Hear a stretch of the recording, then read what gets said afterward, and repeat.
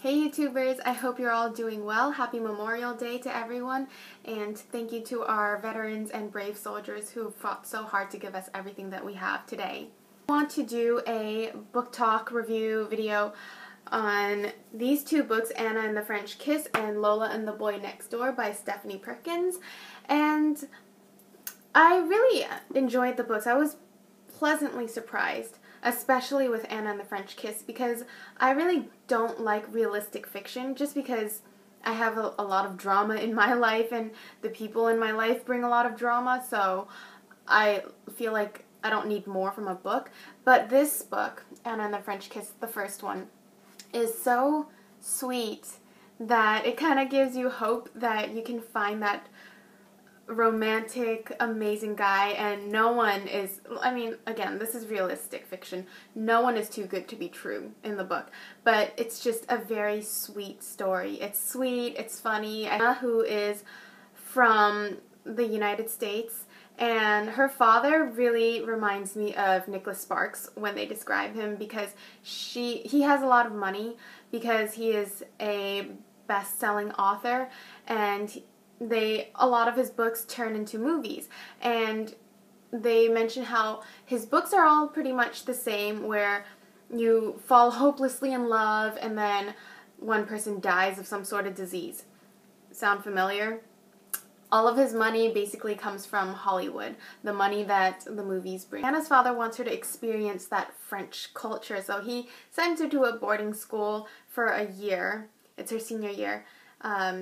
In Paris. So there she meets a group of friends, and that includes St. Clair, and he has this really attractive British accent, and he's actually from San Francisco because that's where his mom is from, so that's why he gets to go to this School of America in Paris, because you have to be American. St. Clair is as charming can be. He takes Anna all over Paris, and he helps her order her food at the school because she doesn't speak French, and he's just all around a very attractive guy. Only thing about him is that he's short. I think Anna said that she's taller than him, or they're the same height or something. There are parts of the story where it kind of irritated me a lot because it's so realistic. You know how St. Clair has a girlfriend, but he's misleading Anna. He's sending her mixed messages and like flirting with her. And I mean, if you're in a relationship, you know that you can't have someone else.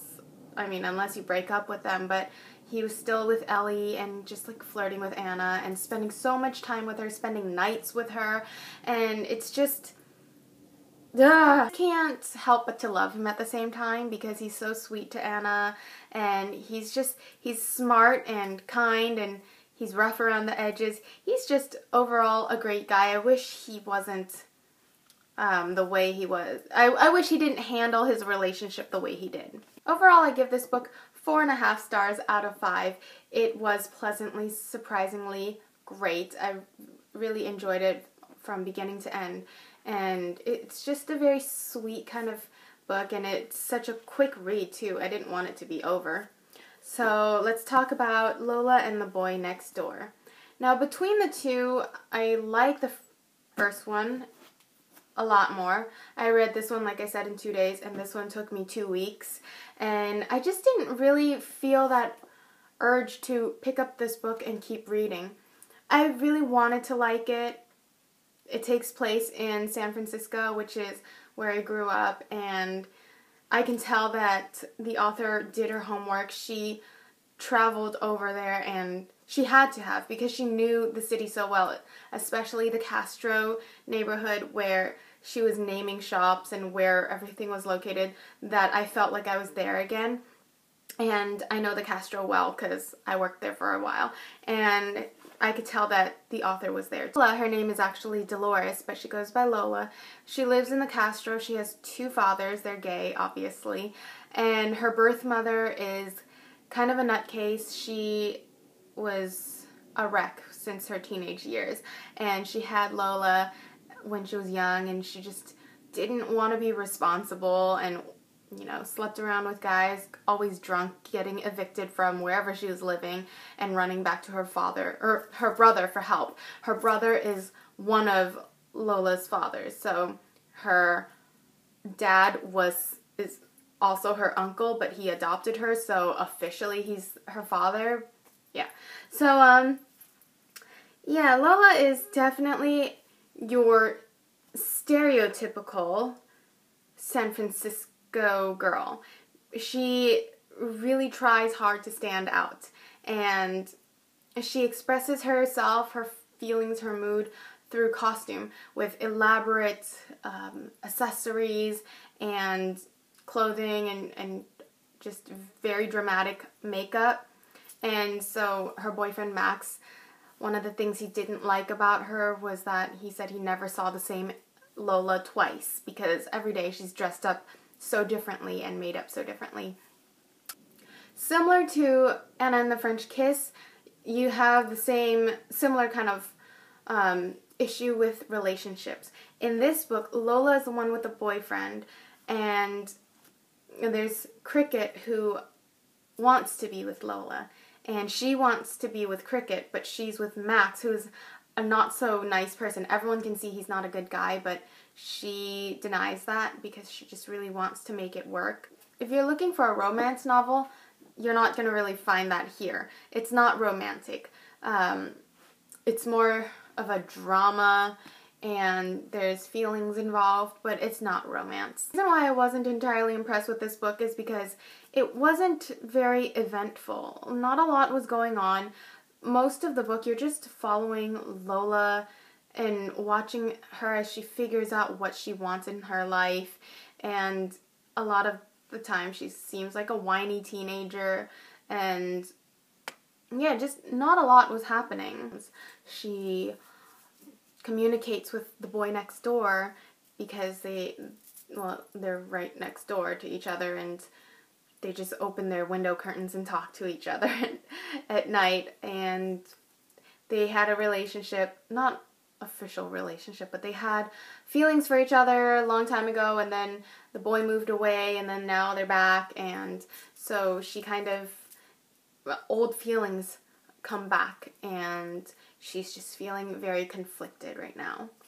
I really like that Anna and St. Clair are in this book. So where we left off is that Anna was moving to San Francisco, and she's majoring in cinema, I think, and so she works at a movie theater. She is actually Lola's supervisor at work, so they both work at the movie theater together.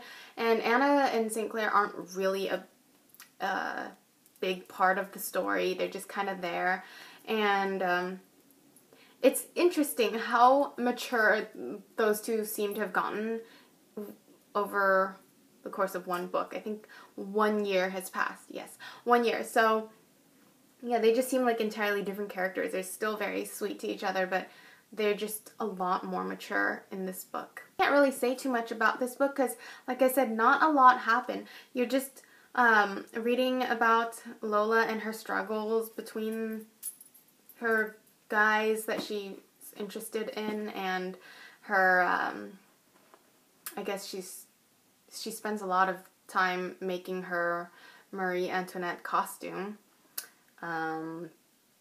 Yeah, I wasn't too impressed. I know a lot of you guys will disagree when I say this, but this book gets 2 out of 5 stars for me. I know it's really popular, and I actually had really high hopes for this book because, like I said, it takes place in my home city, and a lot of YouTubers were saying that they actually liked the Lola and the Boy Next Door a little more than Anna and the French Kiss.